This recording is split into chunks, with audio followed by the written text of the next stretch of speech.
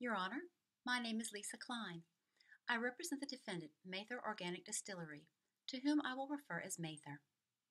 The parties here disagree on the introduction of two items of evidence. First, plaintiff wishes to introduce evidence that is external to the written contract the parties signed. The contract stated that the price per crate of gin would be, quote, $350, subject to a timely payment discount, end quote. The contract did not define the term timely payment discount. Plaintiff alleges that during a phone conversation between plaintiff and Mather that occurred the same day the parties signed this written contract, that the parties agreed that the timely payment discount would be 15% on any amounts paid before the contractual payment date. Plaintiff wishes to introduce the phone call as evidence that the parties contracted for a timely payment discount that would be 15% on any amounts paid before the contractual payment date. Section 2-202 of the Uniform Commercial Code states that contract terms that are, quote, set forth in a writing intended by the parties as a final expression of their agreement, end quote, may not be contradicted, quote, by evidence of any prior agreement or of a contemporaneous oral agreement, end quote. Section 2-202b states that such a contract may be, quote, explained or supplemented by evidence of consistent additional terms unless the court finds the writing to have been intended also as a complete and exclusive statement of the terms of the agreement, end quote. Here, both parties signed a document that included extensive material terms, such as price, delivery date, number of crates, and type of gin. The document also contained an integration clause that provided that the written contract was the, quote, complete and exclusive embodiment of all terms agreed to by and written between the parties, end quote.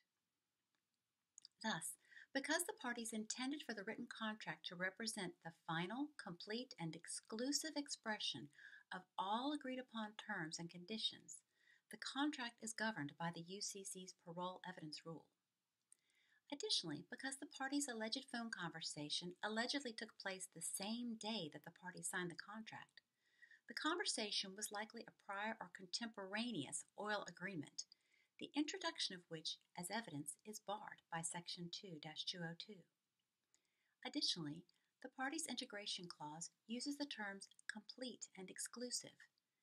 Given that both parties signed this contract, the court can find that the parties intended the contract to be the complete and exclusive statement of the terms of the agreement. Thus, plaintiff cannot use the exception in Section 2-202 to argue for the admission of the phone call as evidence in this case. Further, the absence of a description of the timely payment discount indicates a lack of importance of the term to the parties, given that the parties went to the trouble to memorialize the material terms of their agreement in such detail in the written document. 15% is a large discount. It seems unlikely that the parties would leave such an important term out of their written contract. In any event, plaintiff offers no evidence that Mather agreed to the alleged timely payment discount term. The second issue involves Mather's request to allow two experts to testify about their experiences in the distilling business. Plaintiff alleges that the presence of trace amounts of genetically modified organisms, or GMOs, in the gin constitutes a breach of an express warranty in the contract, stating that the gin must be, quote, all natural, end quote. Mather wishes to introduce the expert's testimony as evidence that, in the gin distilling industry, small amounts of GMOs are normal in gin, and that the amounts at issue fall within industry-expected norms.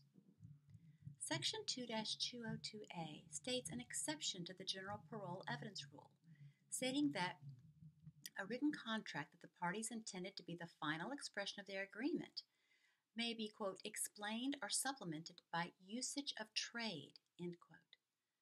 Section 1-303C defines usage of trade as practices or methods of dealing that are so regular that parties participating in the trade are justified in expecting that other trade parties will participate in those practices.